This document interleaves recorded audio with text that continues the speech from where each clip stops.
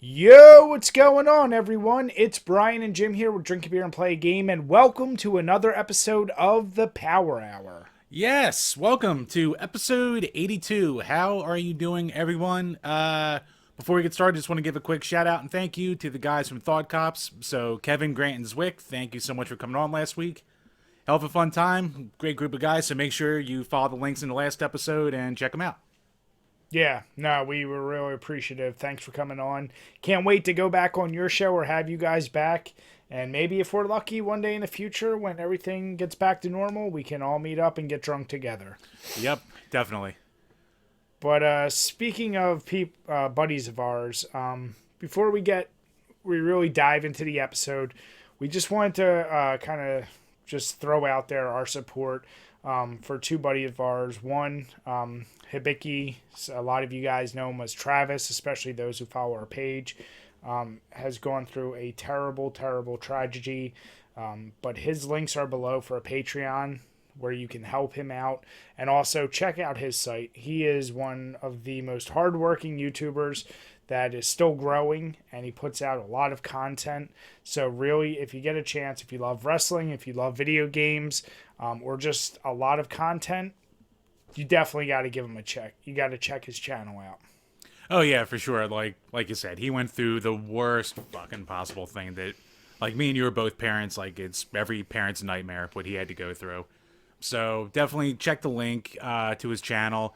Leave him, give him a subscribe. Check out some of his videos if you never have before. Quick shout out to his buddies Colin and Matt for keeping two of his podcasts running while he's obviously been away tending to things.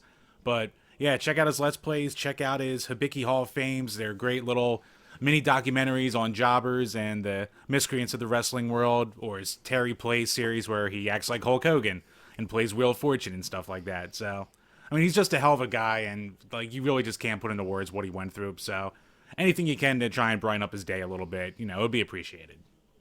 Absolutely. So, Travis, Hibiki, we love you, bud.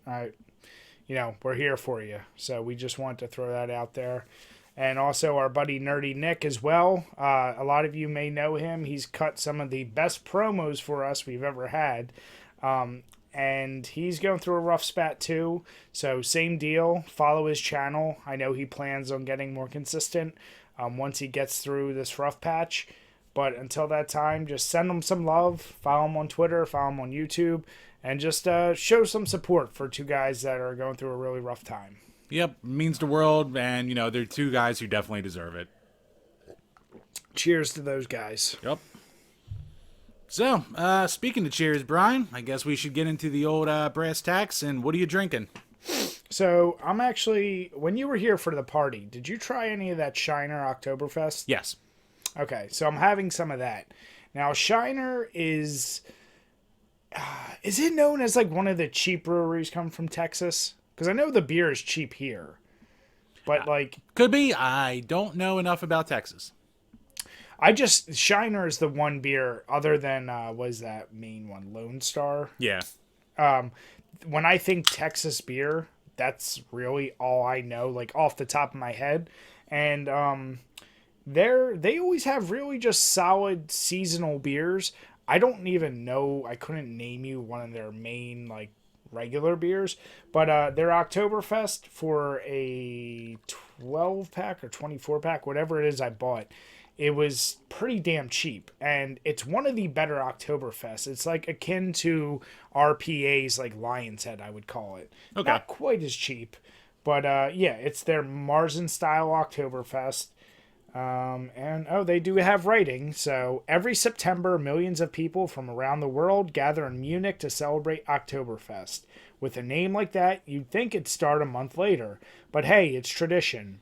And if you can't be there in person, you can be there in spirit with this classic brew. Made from Munich and caramel malts, along with German-grown Hallertau tradition and Hersbrucker hops. Now fill your stein. Ready? Eins, zwei, drei. Enjoy. So yeah, it's one of my favorite Oktoberfest beers. It's like goes down really smooth, but I'm not going to sit here and say it offers you the most flavor, but as you can tell from my glass, we just started and I'm already almost done it. So it's a lot to like here. There you go.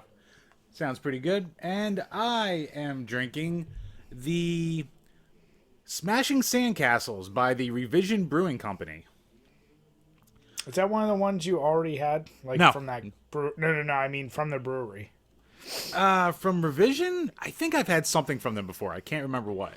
The name sounds familiar, but sorry, go ahead. Yeah, no, it's all good. It's a Northeast style hazy India Pale Ale, and when they say hazy, they mean it, because this shit looks like orange juice.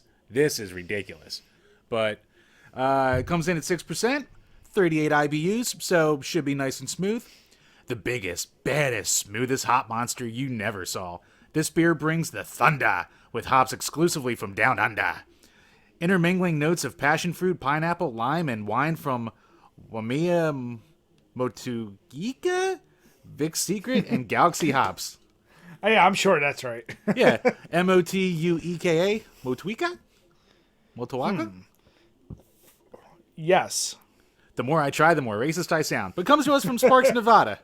Out of the, like I said, Revision Brewing Company. So, should be an interesting one. And Brian, I actually have, I'm not going to be drinking it until we meet up. But I found a surprise in one of these beer boxes. Nice. Go ahead. Well, Sorry, what are you go going to ahead. say? Do you have a guess? What's your guess? No. I don't have a guess. Is it actually beer or is it a cider or beer. seltzer? It's beer. Okay. It's a surprise beer. I don't know. Well, Bri, you may remember all the way back in episode 52, exactly 30 episodes ago, where we discussed a unicorn fart beer that tastes like Fruity Pebbles. No, really? You Yup, got it? it's in there. Holy shit. So as soon as Yeah. I saw it, I was like, all right, I got to save that for when we're together again. Dude, that is...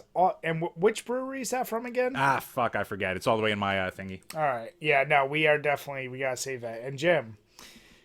All right, well, mine doesn't sound as good. It sounds more mean. But when we get together and we do a drinking game, I have a new beer for you that's going to be part of a loser brew. Okay. It's, do you know Voodoo Ranger? Yes. So it's that, or no, I'm sorry, it's the Atomic Ranger, right? Is that what it's called? Well, It's there's Voodoo Ranger and there's Atomic Ranger.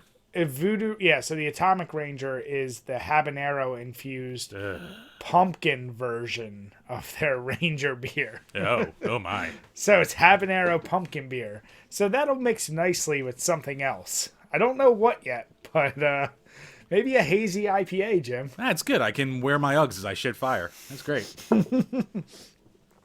Jim, no one can call you a basic bitch if you're drinking a habanero pumpkin beer. That's true. That is true. I can find a way, but that is Nice. Oh, now I'm really excited. Well, Brian, here's something to not be excited about. Oh, shit. I didn't remember to hit record on OBS until just now. That's okay. I can try to find a way to sync it. Just sync it at this point. You'll be fine. It's all good. Doesn't matter. It'll be Zen cuff. You It's a- see, now this is a perfect example of why Jim gets hit so much and why he's gonna have to take a lot of sips of a loser brew. I pull off organizing a 5-person podcast one week, and I can't even hit OBS to start in the next week. I'm a man of peaks and valleys over here. Jim, let's not over exaggerate those peaks. Peaks and valleys. You're more like dips and blurps. I'm drinking my beer. Just get to what you're playing. Yes, this week has been kind of light for me. I've been focusing on lots of editing. Got some videos coming up, and with the podcast we did. So I've done a lot more of the Marvel's Avengers. I actually streamed a little today. I want to stream to just finish that game because I've been doing a lot of multiplayer, and I just want to get the campaign done at this point. I'm one of those people, it's like, excuse me, it's just like the monkey on my back. I have to get off so I can keep playing the rest of the game. Outside of that, still dicking around with Dead by Daylight, and I gave my last go at the get out of the, or don't go in the house, and little did I know, that game isn't at full release because I'm a Patreon. I have access to all Puppet Combo shit. Right. So there's a reason why I ran into many bugs, and there's not really a true ending yet because they're not done it. So that'll explain it. yeah, so I think next time I do a Puppet Combo game, I'm just gonna really make sure it's one that's completely done. So yeah, that's basically it for me this week. I did plug in my Super NES Classic, and I was just dicking around with a few games. But of course, based on our last podcast, I played a little bit of Super Castlevania 4, just put a little smile on my face because it is the first day of fall, and I got to get back in the spirit. Very true. Ah, shit. This is, isn't it? It is. Right, is this the solstice? When's the solstice? Is that November? That's November. I know words. This is just the first day. You just want to say solstice. It's okay. Kind of. I know your games. You're that kid who had the word a day on your calendar. It was forced on me. So were many things. So what are you playing? Yeah, it's true. But yeah, I've been kind of light too. Like Cox. Thank you, Brian. Thank you for the explanation. But yeah, I've been kind of light too. For the most part, I'm putting together another top 10 music video, so I've just been getting a lot of game capture for that. But outside of that, dicking around a little bit here and there with Mario 3D All-Stars. Some more. So far so good with that. It's fun. Jim, can I say, well, I liked your video. I wish you would have went with the real picture of you as a kid, and we damn well know which one I'm talking about. That isn't me. That I went with the real picture. No. The one, the whole family, and your glasses and all your glory. Oh, that one. I was flip-flopping between the two. I was like, do I go with the glasses or do go with the one where my head's like the size of my body? So I made an executive decision. I don't know if it was the right one. Maybe I'll change the thumbnail and see if that brings in some more views. Jim Lee Jones. Yes, my youth was quite the youth. It was something. What a time. What a time. Nice. So yeah,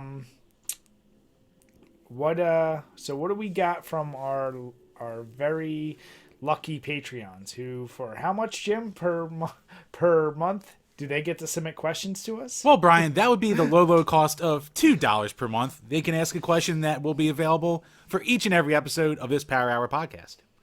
So, first up from Gamer Astro, the worst game in the N64, and why is it Donkey Kong 64?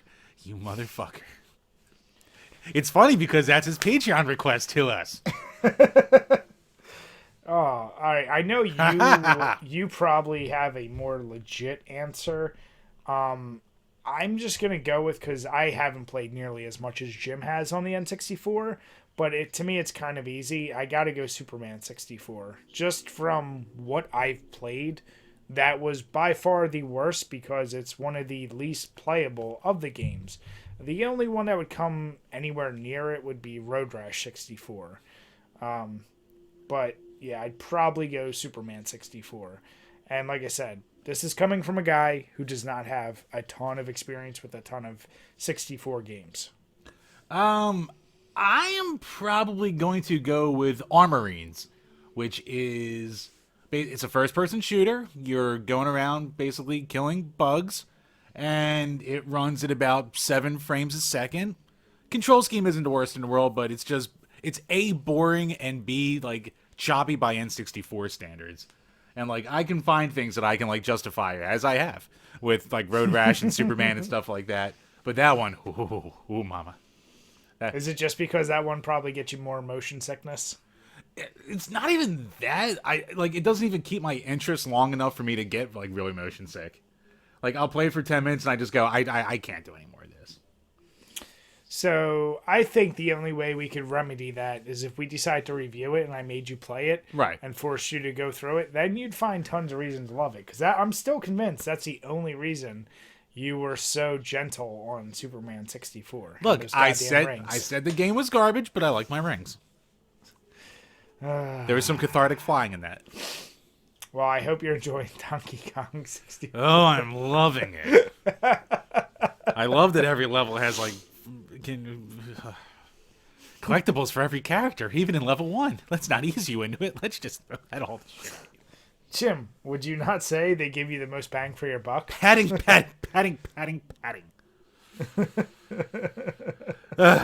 Good question. But next up, from G to the next level.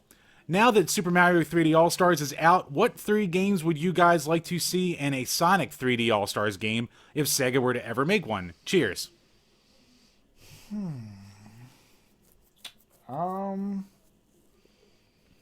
I'd probably go Sonic and Knuckles 3D. 3D. No, I mean, what do you call it? Sonic just and Knuckles. 3D games? 3D Sonic games. Oh shit! I don't know enough about it. Like the only game I played is was it? I think Generations, Okay. and that's obviously kind of split. So I don't have really that much experience at all with 3D Sonic games. So Jim, you're gonna have to answer that one. All right, 2 things. 1, gee, goddamn you for stealing Super Nerds UK's question from a week ago. And 2, I see what you did, you son of a bitch. And 2, I'm going to go with the answer I used for that with the quote-unquote storybook series that was on the Wii of Sonic games. So it's like Sonic and the Secret Ring, Sonic and the Black Knight, and there's... Boo. No, they're terrible. They're dog shit. So the reason I want them to be there is I think Sega would not pull Nintendo. I think they would actually try to like fix the games before they release it. So I want them to like take those concepts but make the games actually good this time. And I think that'll be like a cool collection. Even though everyone in the world would say Adventure 1, 2, and I don't know, maybe Unleashed, one of the other ones. But I would want to see those games given like an actual overhaul. Jim, is Unleashed the one where he becomes a werewolf? Yeah. Oh boy, then I want that one. I hear the actual Sonic levels in that are pretty good. And then the werewolf is where it gets like boring, but I don't know, haven't played it. Shut your whore mouth. I'm sure you would love it.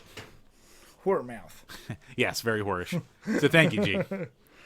Good question. Next up from Game Whisperer Dean. Do you buy protective cases for your cardboard box games? Do I ever? Jim, I actually wouldn't be shocked if you did. I do. Of course you do. No, I don't. And honestly, I've gotten rid of my Super NES and N64 cardboard long ago. Yeah, I never saw a need for them. So, Jim, go ahead. Do you have them for just N64, or what other games do you have that are cardboard? What? I got them for my Game Boys and my Game Boy Advances. I got it for the cardboard Sega Genesis games. I got it for, like, my 1 or 2 box Atari and ColecoVision games. Got some. God damn. Got some for my 32X over here. Got some for. What else do I got? What else do I got? Jim, how much was it? $1 a case, maybe? Not even. But then you add in shipping. Yeah, but I mean, you buy in bulk, you get more for your dollar. Make it a one-time hit.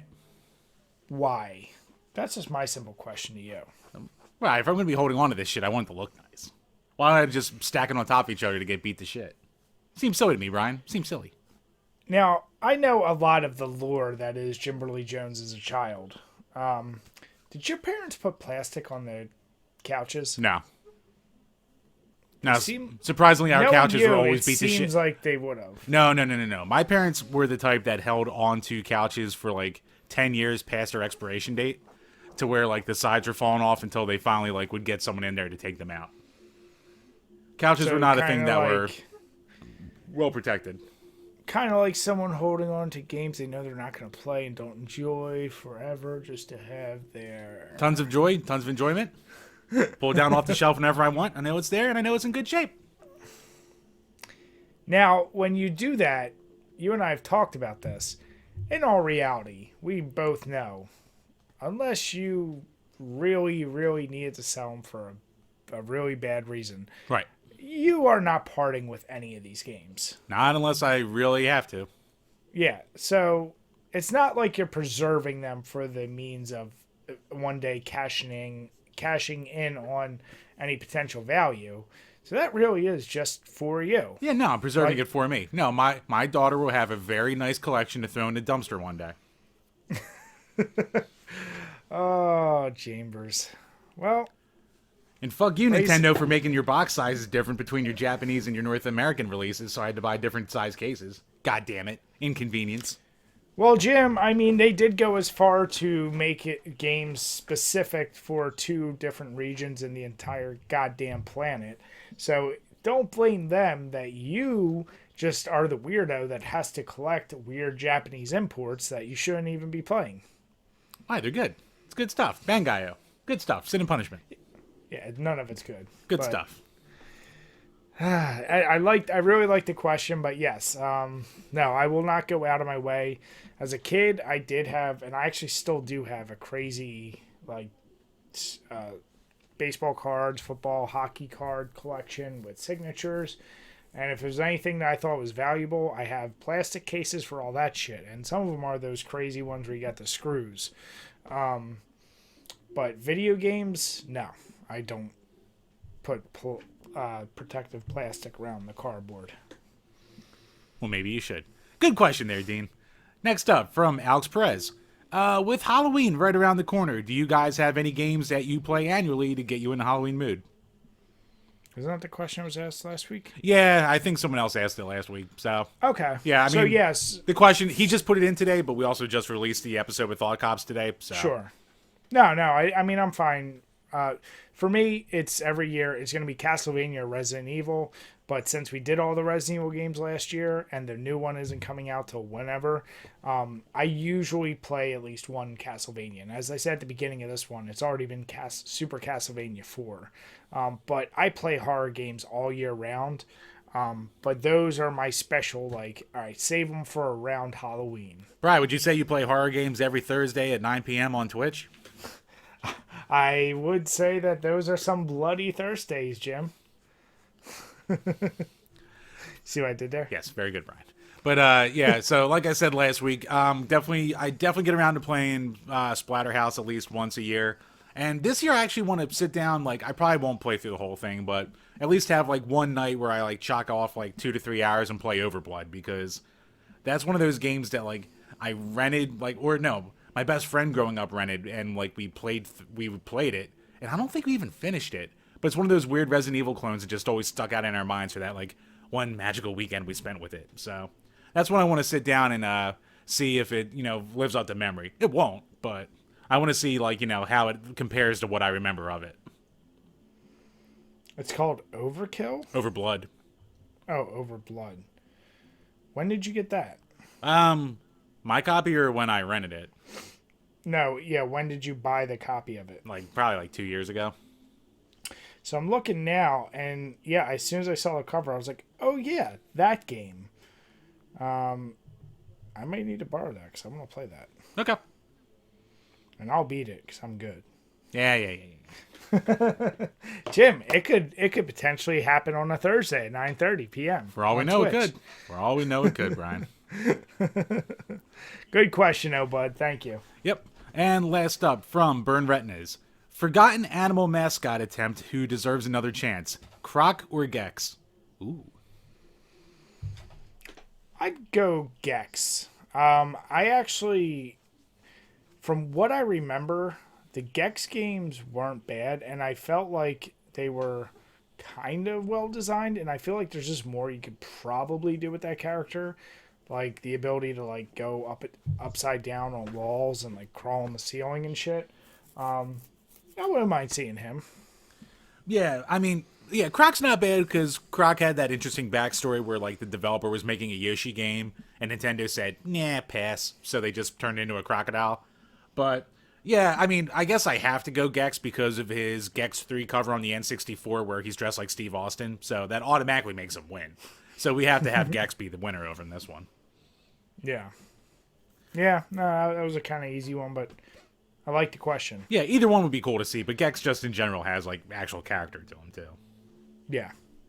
But yeah, but with that, rounds out the questions for this week. Nice. Thank you all once again. We truly appreciate all your support. Yep. And if you would like to put your questions in, $2 a month, patreon.com, drink a beer and play a game. More money gives more rewards. Buy a t-shirt. Jim's usually wrong, but he's not this time. Ah. Damn it! All right, let me just grab another beer. All right, so now I've got more beer. I'm coming back with one that I've talked about, I feel like a couple podcasts at this point, but it's a Lancaster Kolsch. And I swear to God, this beer is like a fucking hydra or a weed. Every time I think I got the last can, I find more in like my drawers or throughout my fridge. So there's more there, and I decided that'll probably go well with the Shiner Oktoberfest. And it stays with the German style. Very light, and it's kind of appropriate for this time of year. So I'm going to go with this one. All right. Solid choice. My next beer will be, I'm still working through my first one, but will be the 4th Anniversary Stout, an Imperial Vanilla Stout. Comes to us from the Chapman Crafted Beer out of Orange, California. 10% alcohol by volume and 35 IBUs. So that will be interesting. And so far, this Smashing Sandcastles, this is a really nice little IPA over here. Lots of citrus in it, but like it doesn't like have that bite that citrus sometimes can, either in the beginning or the end. It's like a very well balanced, very well balanced beer. There we go. That's English. But yeah, no, this is like, I've been getting a lot of these hazy double IPAs from these boxes. And for the most part, like, they're fine. But this one, I'll say, this is one to track down. So if you see Smashing Sandcastles, give it a go. Smash your mom's sandcastles. Have fun. Gross! But, quick note. Yeah, the unicorn farts. That's from Dewclaw. Okay. Oh, really? It's Dewclaw? See, I'm starting to wonder if Dewclaw made their own unicorn farts, because this one is a sour. So I think there might be a little gimmick infringement with the unicorn font name. I feel like it's quite possible that's correct, and we just overlooked the fact, because if it's Dewclaw, then we get a lot of Dewclaw shit here. Should be a thing we can be able to find. Yeah, but that's interesting. No, you know what? No, this is the exact one. I just looked up the old article. This is the exact beer. So I'll be damned. Nice. Well, either way, hopefully I've never seen... I mean, I go to the beer store at least once a week, so I've never seen it, but who knows? Maybe Jersey would have it. Yeah, I mean, I'm guessing Dewclaw is either out of Florida or California, because that's what all these beer boxes come from for me. So it's probably something from there. So maybe it's something that hasn't made its way east yet. No. Dewclaw is Maryland. Is it? Yeah. Oh, shit, you're right. Yeah, you are right. Yeah, because I remember because I go to Baltimore a lot, and I always thought, like, oh, maybe I could get some random Dewclaw beers. But that's interesting.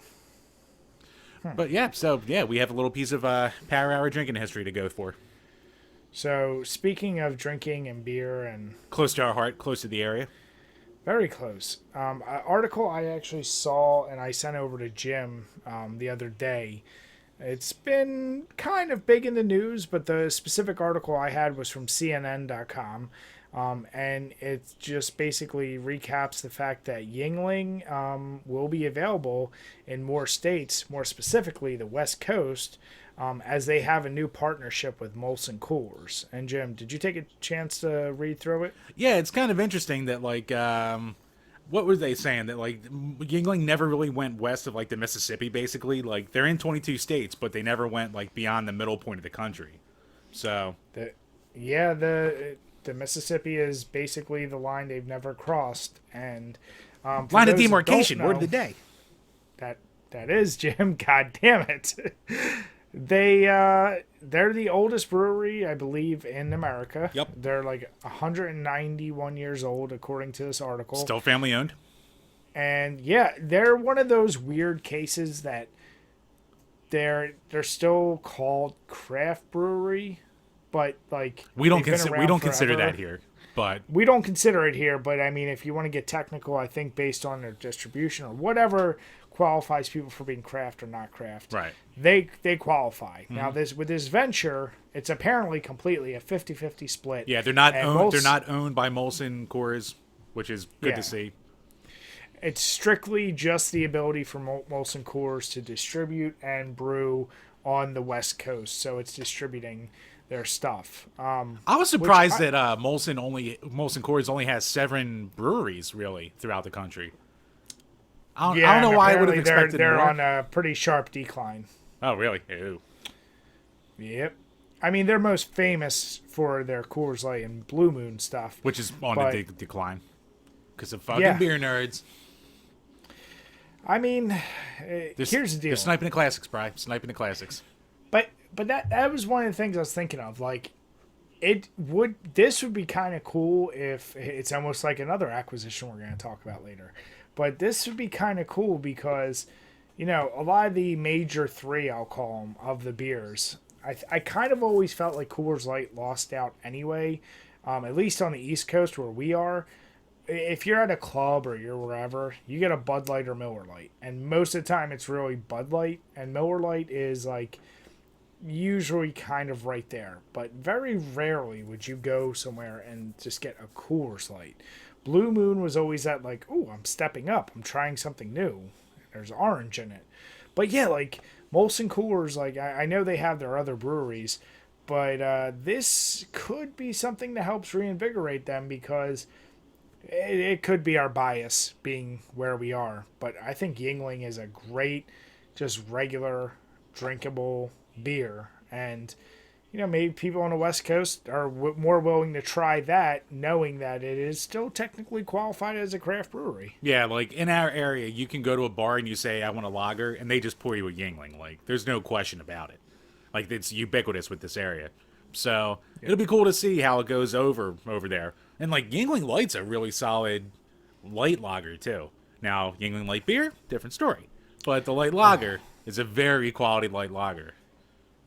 And their flight, the flights are great. Line, yeah, the flight they just released, I wanted, if it wasn't this year, it had to be last year, because I didn't see them before this year. I think it was last year. But they're like, what is their gimmick with that? It's like 90 some calories. Yeah, it's like 90 to 95 calories, something like that. It's basically like going up against like the MGD 90s of the world and the Amstels and shit like that. So and I bought a case of it, and it's not as good as a regular Yuengling, but if you're someone who's like Jim and you're tracking your beers in your little phone, it's not a bad option. So I'm all for it. You son of a bitch.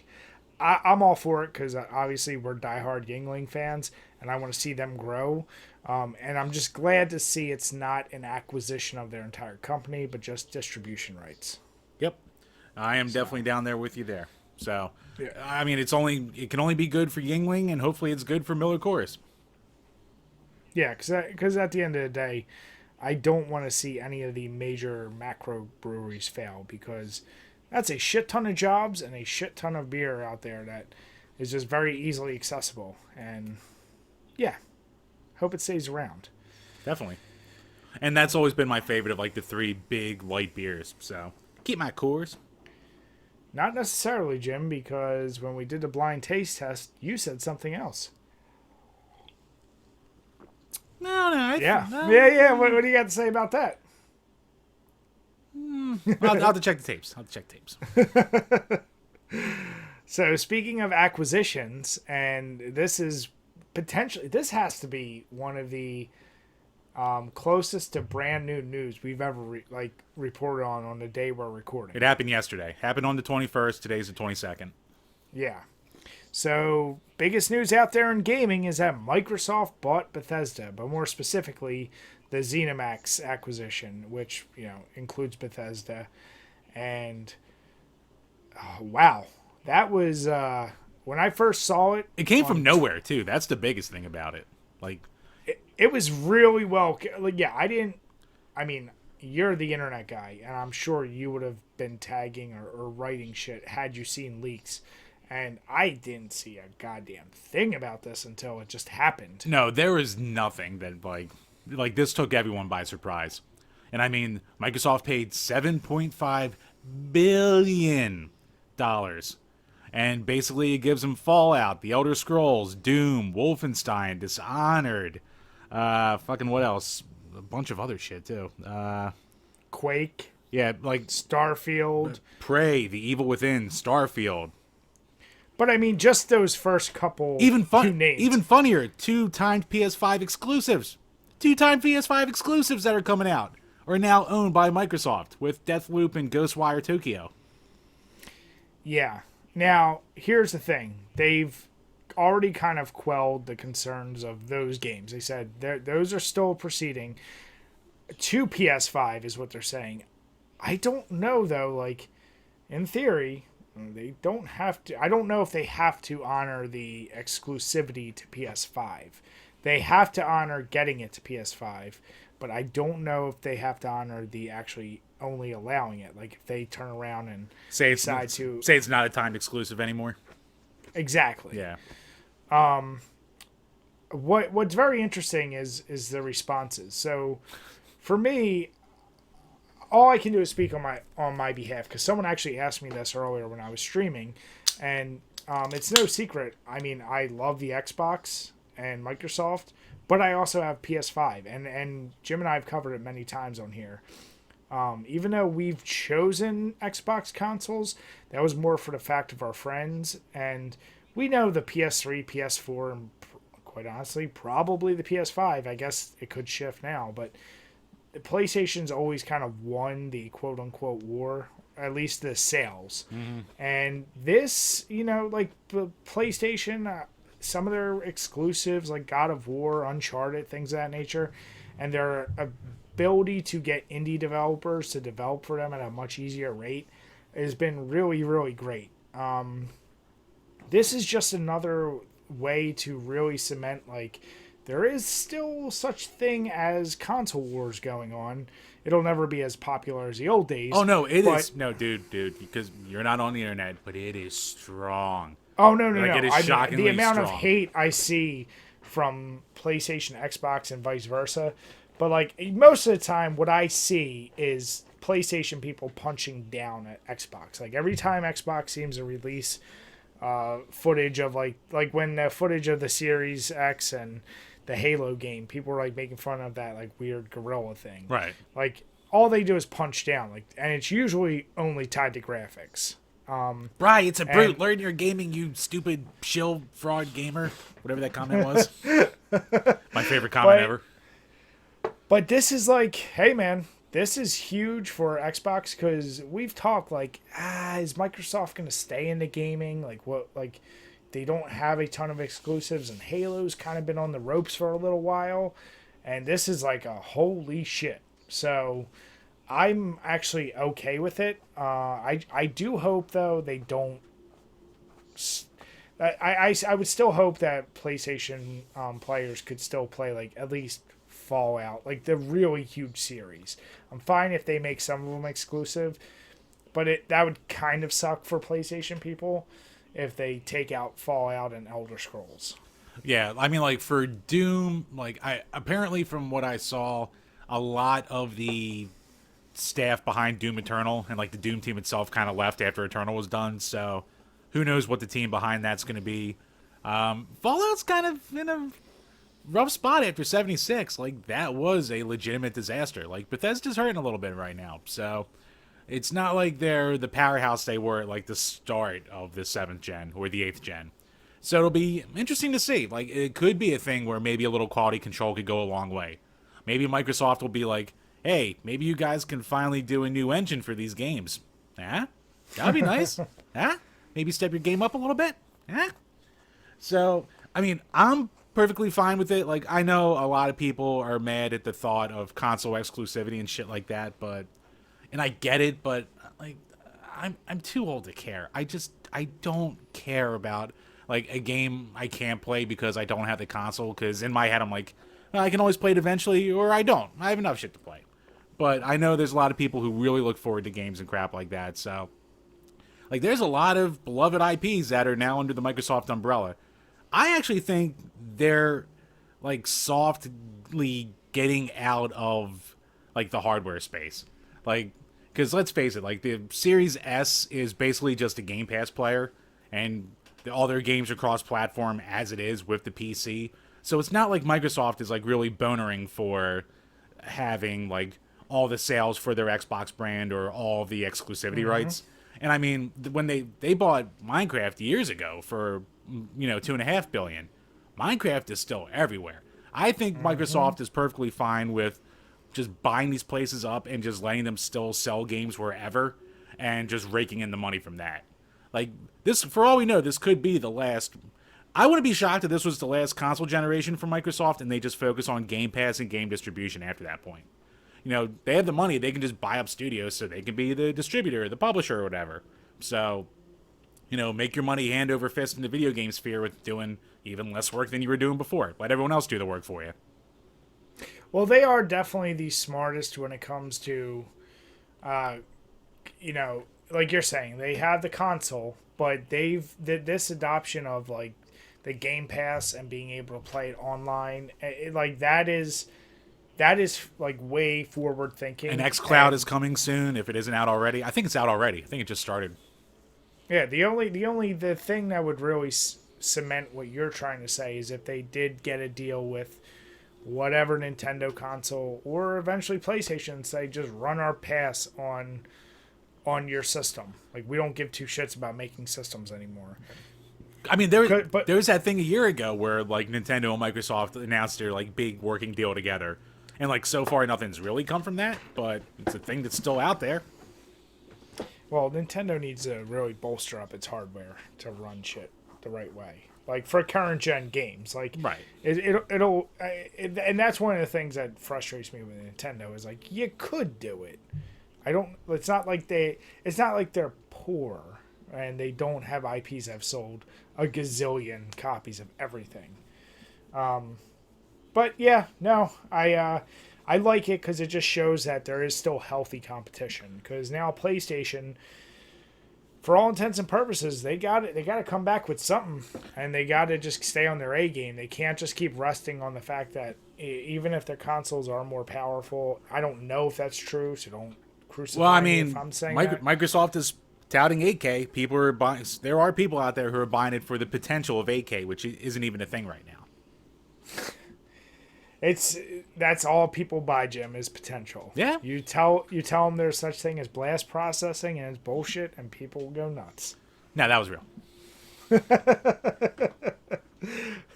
But actually, interestingly enough, speaking of blast processing, Jim. Oh, actually, before we move on real quick, I do think it's funny that Microsoft buying Bethesda, everyone's in like a shitstorm about monopolies and blah, blah, blah, and how do they let people do this? Like, a couple months ago, PlayStation bought Insomniac. So, like, yeah, that was a huge thing. I still kind of look like this is a little bit bigger than that. But no, here's the deal. I have the problem.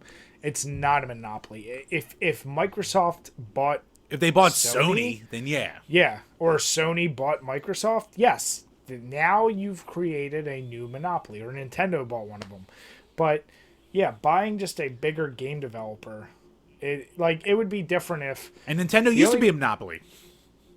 Well, exactly. And the only things I could think of that would be true monopolies would be like if one of them bought EA or Activision, like whoever makes all the sports games right now. Ooh. If someone bought that and made console exclusive, now you're talking monopoly. Because like it or not, sports games and those, like, that is like one still always in the top 5 biggest money earners. Oh yeah. These other like Bethesda, like Jim said, they've had mega hits, but not, they've had a few misses here and there. So it's not like... And it's funny too, to your point, because for as much as say Skyrim is sold and shit like that, we looked at lists at the beginning of the year ad nauseum, thanks to me, and we had the list of like the highest selling games of the decade and the last decade and shit like that, and the generation, and most of them were sports games. So it's all the casual. It was Call of Duties and sports games. So your beloved, the Horizon Zero Dawns of the world, like they're a hit, but they're not the ones to keep companies, big companies afloat and shit like that. They don't get the they don't get the normie market. So that's what you need to hit too.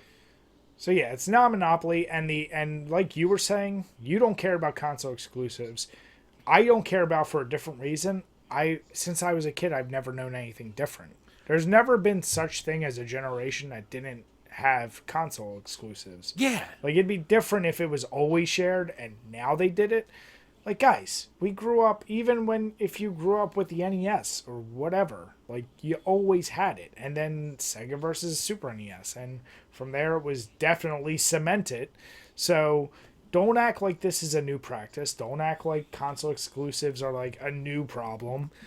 It's always been there. Like, that's like bitching about red lights. Like, just stop bitching about it. It does seem weird that this era, more than any other, bitches about console exclusivity is like, ooh, the evil corporations are anti-consumer, which, I mean, there's two sides of this coin here. We've talked about it before.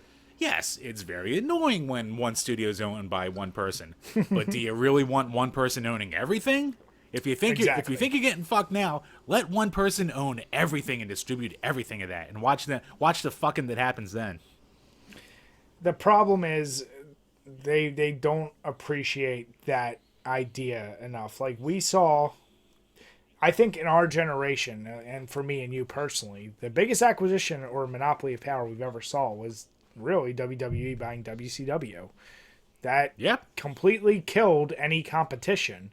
And for a while there, they imported some of their best. But at a point, it definitely drove towards one of the lowest points of modern wrestling because it kind of got stale because they didn't have true competition. Yep. And even now, the competition that exists, it's there, but it's never been like it was when it was the Monday Night Wars. Yeah, and I mean, we like the big argument in wrestling right now is, you know, the plucky upstarts fighting against the C show for WWE. So, like, that's what people are comparing. And you know what it is because, like anything, if you don't have healthy competition or you don't have true competition, why are people going to strive to do much better? They know you only got one or two shows to go to. So I'm all for competition. I wouldn't be for it if it was a company, like we said, if it was Microsoft buying Sony or Nintendo, truly making monopoly, I'd have bigger problem with that. Right. But just one game developer, I can let that one slide. Yeah, same here. And so back to your point, to our next topic. I don't think this has legs. I can't tell if it's real. Like, I just thought it was interesting, so I had to throw it in here. And I'll tell you right now, it would never happen. But so from hobbyconsolas.com, this is a Spanish site giving a little rumor here that was basically saying the rumor was that Microsoft was also going to buy Sega, and that apparently we were going to hear in the next day or two from the sale of Bethesda. It's a day at this point. Haven't heard a goddamn thing. No other outlet I've seen has even reported this. So I think it's safe to say it's complete bullshit. But I think for even beyond, like, you know, the shadiness of the website or whatever, but the fact that if you know anything about goddamn Sega might be worse than Nintendo when it comes to their Japanese roots and, like, wanting to keep control in Japan. Like, even through the 90s, like, a big reason the 32X and the Saturn and the Dreamcast failed was because Sega of Japan hated Sega of America's ideas that were fucking working and selling. So they went out of their way to, like, kind of sabotage it. Like, Sega almost wants to not make money to prove a point. So there's no way in hell that they would let an American company like Microsoft own them. Yeah, I Unless you threw all the money at them. If you throw all the money, then, you know, shit's off the table. But I mean, Sega's obviously complete shell of itself at this point. But to what you're saying, it is interesting because I don't trust this website. Now, but if for some reason, let's just say it was right, true, how dare you talk about hobbyconsolas.com like that? Well, one of their things, and I don't know how true Rumor it is, Microsoft podera hablar comprando Sega disputas haceres Bethesda. Come Damn on, it, Brian. Jim. That's something you can trust. That's a headline you can trust. I mean, one of their ways of saying, like, hey, this is them hinting at it, is the Xbox wireless controller in Shock Blue, which they're saying, like, is basically the Sega Blue for Sonic. It's like, it is interesting that Xbox released that on the 21st, and it is eerily close. Here's the deal. If tomorrow something did come out and they said they bought Sega, then clearly Microsoft is just making huge moves left and right. Right. And what the fuck is going on there. But here's my question to you. We just talked about how we don't mind them buying Bethesda. Would you have a problem if they bought Sega? Not really. I mean, I wouldn't care. I mean, it would suck because like the Sega Ages line, which is unfortunately coming to an end soon on the Switch, is fucking phenomenal. Like, if you want like almost picture perfect ports of old arcade games from Sega on your Switch, like for decent prices, like the Sega Ages line is fucking great. And I would hate to have that convenience taken away from me. But if it got taken away from me, I'd go, okay. Because modern Sega, it's really just like Persona and Sonic and I guess Valkyria Chronicles, that thing. Like, I mean, Streets of Rage was developed by someone else. Like, other things have been developed by other people. Like, Sega's not really putting that much. Even Persona is made by Atlas. It's not by Sega. So, Sega's really not going out of their way to develop anything at this day and age. So, I really wouldn't care if it got bought by one ownership entity over another. Maybe that would be another way that they would look at the old IP list and go, oh, hey, let's make a new game out of this. Here's a new, like, Altered Beast, or here's a new Golden Axe, or here's a new Fantasy Zone as a budget title, but new Fantasy Zone. Like, I wouldn't care. I would like that. And here's the other thing. We already just talked about it. In theory, Microsoft has that deal with Switch to bring the Xbox Game Pass. And if this acquisition is a way of also bringing, like, putting all those games that you're mentioning that are convenient, putting the whole Sega arcade library on Game Pass, and then it's available on Switch, that is the only reason why I could find it viable, because they had that weird thing of, are they coming to Switch or not? And with Sonic being in Smash Brothers and stuff, like, to me, it's not 100% inconceivable. And it actually, like, would show more of a partnership. Basically, like, you got Nintendo and Xbox teaming up. They're like the ECW and WCW during the Alliance Age, Jim. I mean, we saw how that worked out, but yes, Brian. You know what I mean? So, I don't know. Like, See, now I'm just imagining that alliance, but all of a sudden, like, there's a Halo game with, like, a Sega logo on it. Because, like, the way Stone Cold led the Alliance, even though he wasn't in any of them. So, yeah, fucking Master Chief will be made by a Sega company. Maybe it'll be good. So, yeah, why not? But, yeah, I mean, I think this article is bullshit. But if it happened, I really wouldn't care. Because I think I would be more mad if it went PlayStation, because PlayStation locks their shit down, as we've been saying. But Microsoft, it seems like they don't care, and Game Pass is going to be everywhere eventually. So if it happens there, it'll be an inconvenience for a little while, but eventually you'd have your game.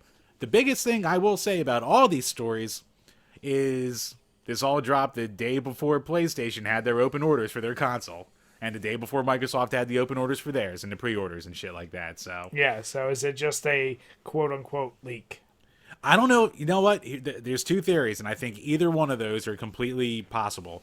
Either this was held completely under wraps, which would be impressive, or the 11th hour they went, holy shit, we have nothing. Here's all the money. Give us Bethesda. Who knows? But let's put it this way. By the time we do our podcast next week, in theory, at a minimum, we should know if this whole Sega bullshit is true. Yeah, we'll definitely know that. I'm going to say it's probably not. But let's find out. Keep it fun. Keep it say it's a maybe. All right. So speaking of Sega. So much for that transition.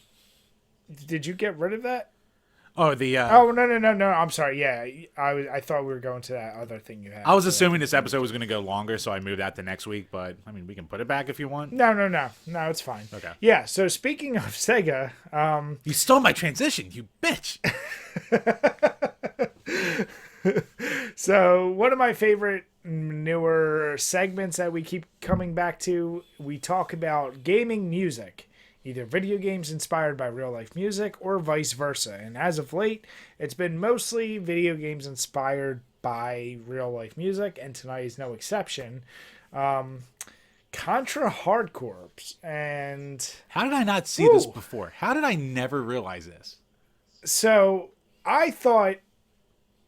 let me just lay it out first. So it's specifically the select screen, the character select screen in Contra Hard Corps. If you listen to it, you hear it and you're thinking like, okay, kind of upbeat, maybe a little urban, if you will. Like there's just something to it. It just sounds like really like, huh.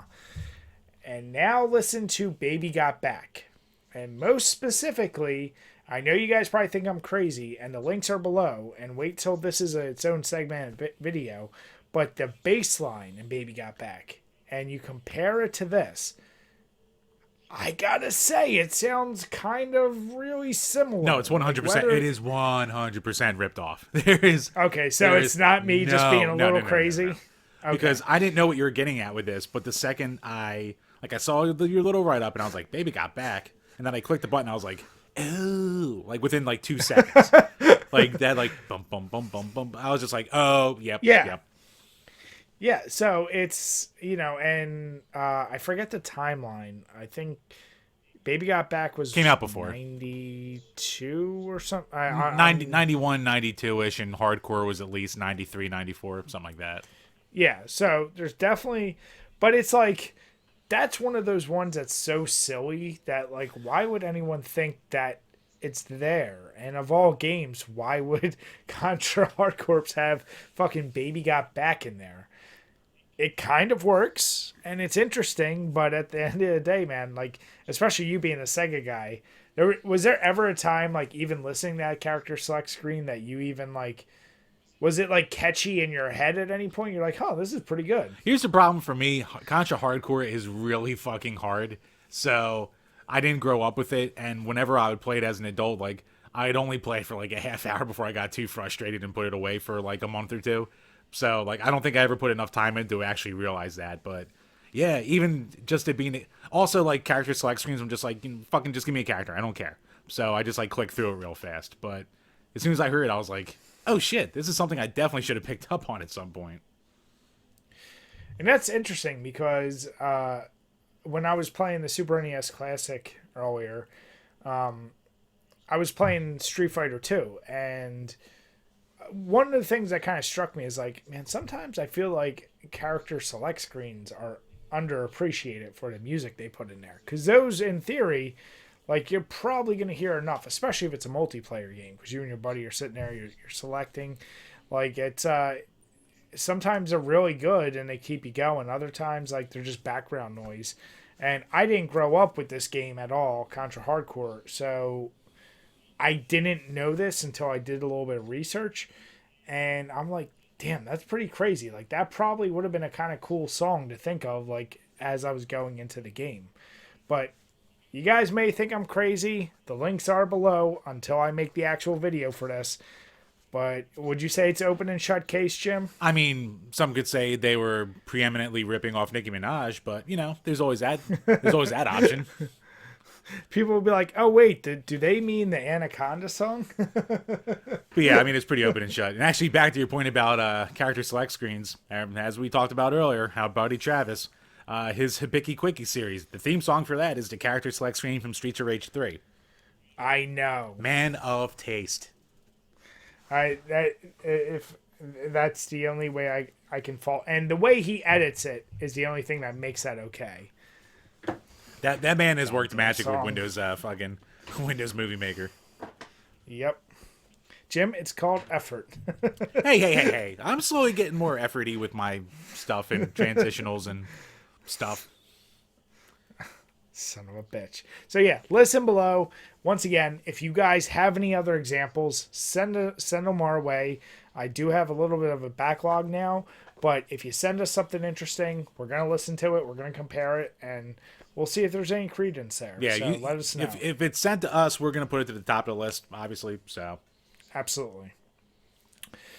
All right, but now we're sticking with music, Jim, and I did just mention Street Fighter 2. So as a reoccurring bit, we also have our Which is Better. And this one comes into our buddy... this one comes into us from our buddy Kit. Bri is coming in you. I hate you, Jim. Strictly speaking about music, Street Fighter 2 or Mortal Kombat 2? it's no secret on here that I love Mortal Kombat way more than Street Fighter. I mean, it just is a better franchise no matter what way you slice it. But Street Fighter 2's music is better than Mortal Kombat 2's music. I think there's even the most diehard Mortal Kombat fans would probably be hard pressed to fight it. I think the most iconic and probably the only iconic music to come out of the Street Fighter series probably comes from Street Fighter 2, to be honest. And Mortal Kombat 2, I went back, I listened to every single track, and I was like, I like them all, I remember them all, but I never like, maybe one or two of them I would walk away humming, but like Ken, Guile's theme, Ryu, like there's just so many. And even that character select screen, as we were just talking about, they're just so memorable from Street Fighter. So, yeah, got to go Street Fighter 2 on this one. Yeah, like when he originally pitched this, he was just like all of Street Fighter versus all of Mortal Kombat, and I was like, that's way too out of our wheelhouse. So I put it down a little bit to the two big ones. And yeah, I'm with you. It's obviously Street Fighter. Like nothing in Mortal Kombat 2 is as iconic as Ken's theme or Guile's theme, but I mean, I was just like you. I was listening through all of them, and I was like, "Oh yeah, I love this song. I love this song. I love this song." But it's not as good as this song. So yeah, exactly. Now here's the interesting thing. I would say, if you went total game sound design, Mortal Kombat 2 is better there. Like voiceovers, the hits, the goriness, the like even the power, like all the little sounds for those things. They sound better, but the music is just so much better in Street Fighter 2 that, yeah, this one, like I said, I'd be very interested in anyone that truly picks Mortal Kombat. Like, we're not saying the songs aren't well composed. yeah, And I think if anyone did make the argument... you want to talk about a character select screen music. Yeah, yeah. But, like, if anyone did want to make an argument, the only thing I could say is... I think the fairest comparison, like take out Super NES or Genesis, if you just did the arcade ports of each of them and you listen to music, you could argue that the Mortal Kombat sounds cleaner composed, like something you would actually hear in a movie, whereas Street Fighter is undoubtedly a video game, which is obviously what it's going for.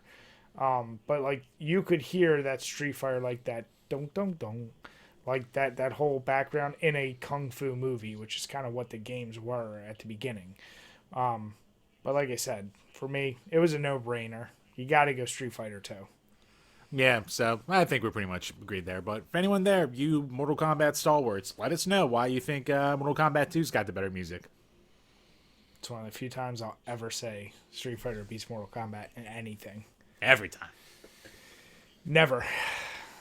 And our scores have proven that, Jim. So... Videos have never been published. Things can change. Nope, they won't. So moving on to our final segment and another reoccurring one, which is our overrated, underrated. I mean, can we even say reoccurring because they're every episode? Like, I as I've been going through, like, I've hit that sweet spot of, like, trying to update all the descriptions and shit like that in our videos. And I'm in that, like... 100 to 200 view range, and that's where all the podcast clips and all the podcasts are right now. Yeah. And I'm just like, oh, these are in every single episode. So, I mean, they're pretty much here every time. They're staples. Yeah. They're staples. Yeah. So, it comes to us from Kitt. So, Kitt, thank you once again. He actually asked us this last week. We just didn't have a chance to get to it with our buddies from Thought Cops. We didn't want to hit the 3-hour mark with that episode, so. Yeah. But the Halo series, and it's funny because we've been talking about Xbox, we've been talking about Halo all day. It works out. It was almost meant to be. It is. Is it overrated or underrated? So, if you asked me back in the day, I would have said underrated for sure. Really? I would have, because, I mean, when I think the term LAN party and, like, things like that, and I know they've happened before. I know with Doom, with Quake, and all those were going on. But from a console, that was the game that drove people to have multiple Xboxes. hooking them up and playing. And honestly, when I think major FPS games of our generation and even into 360, it's like Halo was always that other contender. And Halo, for all intents and purposes, was the flagship game of the Xbox. Whether you love the games or not, you can't deny that. And I always had fun with the games. Now, granted, I will say I am very limited because I stopped at 3. I beat 3, and I stopped there. I haven't played Spartan. I haven't played 4. I just, 3 was enough for me. Also, I'm biased because I was always the hardcore Call of Duty person. Like, I wanted realism in my FPS as much as possible, as realistic as fucking dogs and flying drones and shit. But Halo always was that fun, like, couch co-op FPS, and still is to this day. Today, I'd probably say it's overrated because I feel like Xbox still tries to hang their hat like they did with the release of their new console and showing it off, and it clearly just doesn't have it anymore. It isn't the seller that it was, and people aren't that interested. And I kind of just wish it was like it obviously was always that big thing, but it will never get back to the luster that it had. So I can't give it enough points to even say historically, like, it was a complete game changer. I truly love those first 3 games. I think they're masterpieces. I think the soundtracks are great. I love the controls. The multiplayer's fun. But, like, if you look at the series from then till now, there's just so many duds in my eyes that I gotta say it's overrated. And I kind of either wish they would truly revamp it and do something to bring people back, or just drop it and let it lie. Interesting, because this isn't one of those ones I'm going to say you're wrong. It's just interesting to see your perspective, because I would say back in the day, most people would have said it's overrated because they would always look at, like, the PC titles and be like, oh, well, I mean, why are you digging around with this on a console when there's so much better with Counter-Strike and Unreal Tournament on a PC? That's, like, what the argument always was. Even though, like, Halo was the console first-person shooter, exactly. Like you said, like, that was the killer app for Xbox. Like, that's the reason you bought an Xbox for the most part. And, like, my history with Halo is the only ones I haven't played are Halo Wars 2 and Halo 5. Like, I played 1 through 3, and I played ODST, and I loved ODST. ODST might be my favorite campaign. It was just overpriced when they released it, so people kind of hate it. And Reach is really good, and I really liked Halo Wars, like the first one. Like, it's hard to pull off console-based real-time strategy games, but it's simplified. But it had to be simplified to really work with the Xbox controller, but they did a really good job with what they did. So, but when Halo started to die was when Bungie left, and they stopped making them. So it was 343 Studios, and you had Halo 4, which I played, and it was okay. Halo 4 is like a fine video game. Like, it's well made. It looks good. It's just boring. Like, it's there. It's fine. So I never felt the need to play 5, and I would like to play Halo Wars 2 eventually, but yeah, I would almost say in this day and age, like, I would almost weirdly say that Halo's underrated right now because, like, Call of Duty took over so much. Like, CSGO is still around, and that took over so much. Like, there's so many other first-person shooters that people will go to before they would ever, or like Overwatch and shit like that, or the new Dooms, before they would ever talk about Halo or giving a shit about it. So I think almost in today's day and age of, like, a decade of, like, underwhelming Halo releases, like, they kind of forget just how good the series overall is, even though right now it's definitely at a low point. Hopefully Infinite's good.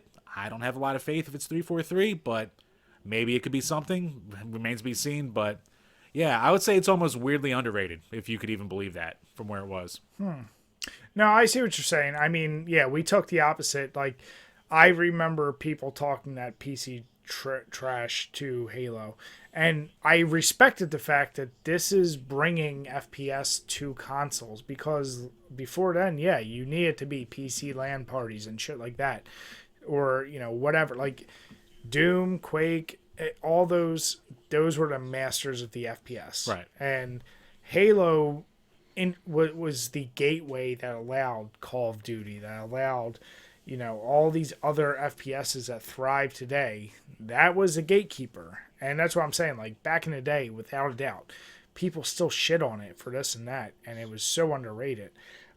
Maybe if I played the other games, like you said, which one was your favorite one? ODST is my favorite campaign. Okay, so maybe if I played them, I'd have a different... Because, I can be turned around on an entire series based on a campaign. Right. Like, if a campaign is good enough, I don't always need the multiplayer to be the main thing. And ODST was like a weird spin-off, and it's short. Like, the campaign's only like 4 or 5 hours. But I just thought it was like the most like... It didn't have any of those like weird flaws. Like, Halo 2, it had all the build-up, and then you meet the Overmind, and it's the plant monster from Little Shop of Horrors.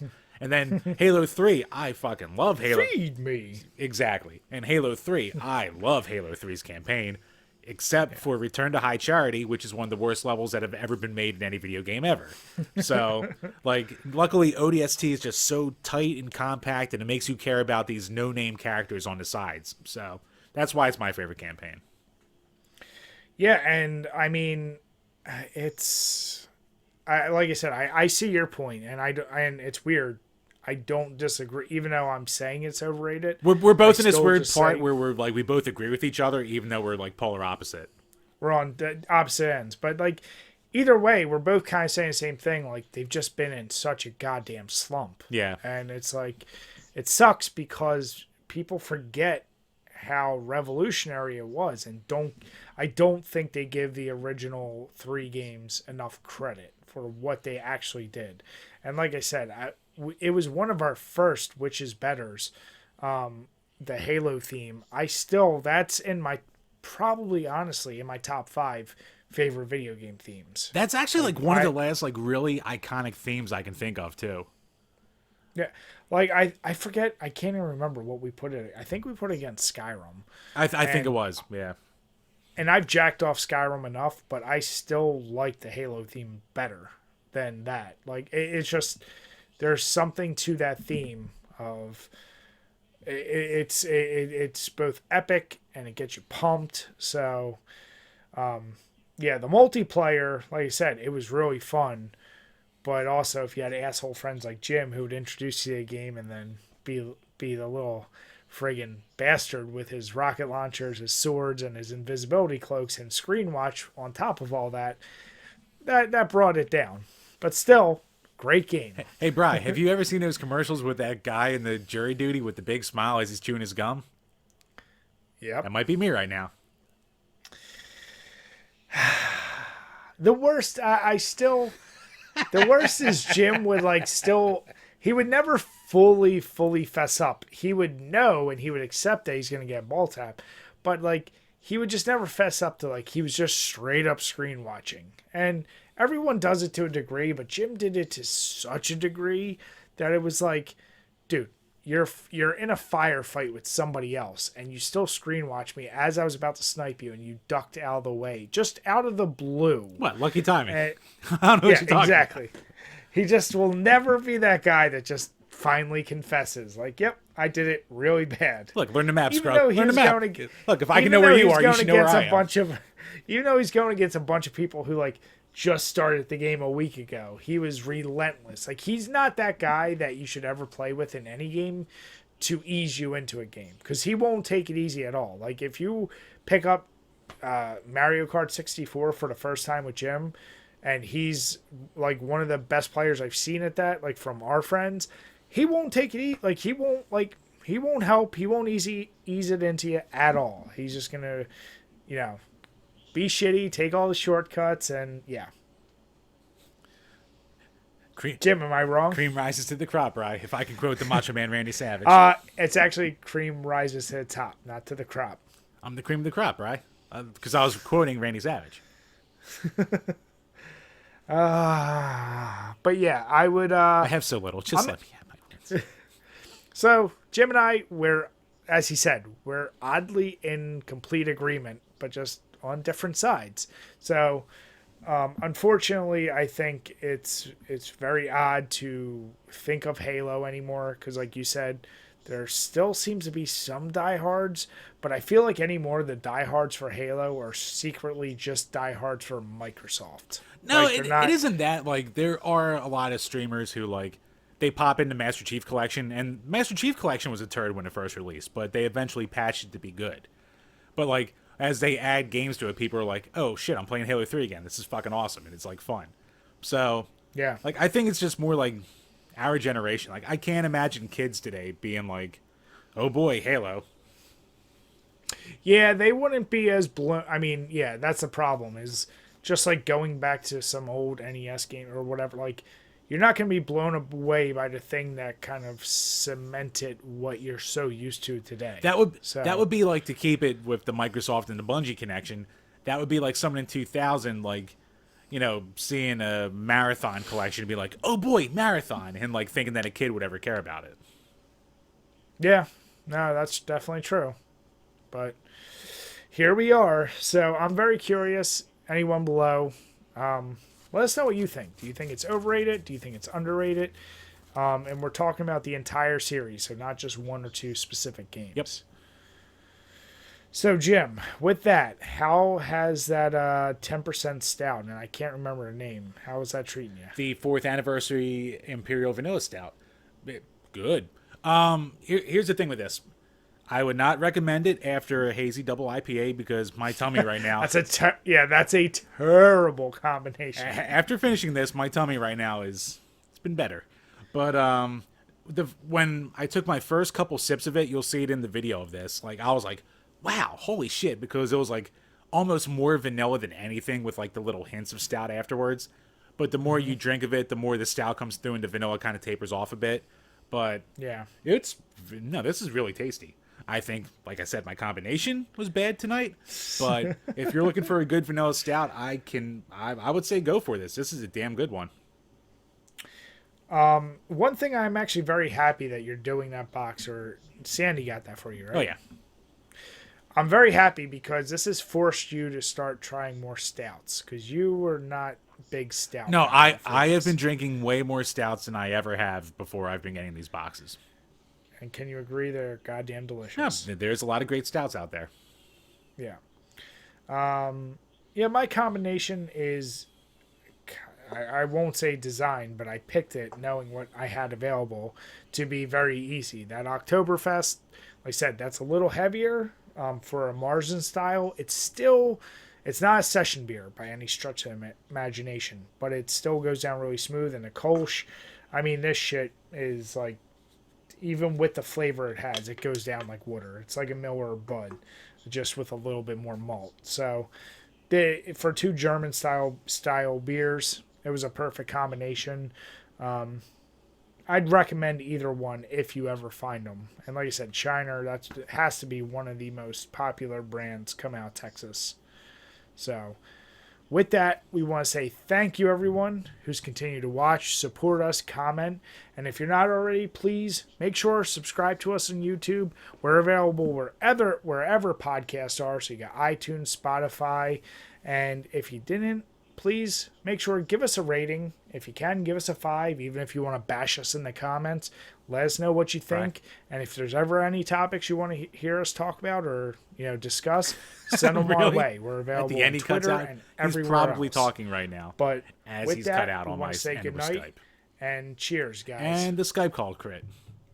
Great. All right, let me try calling him again. God damn it.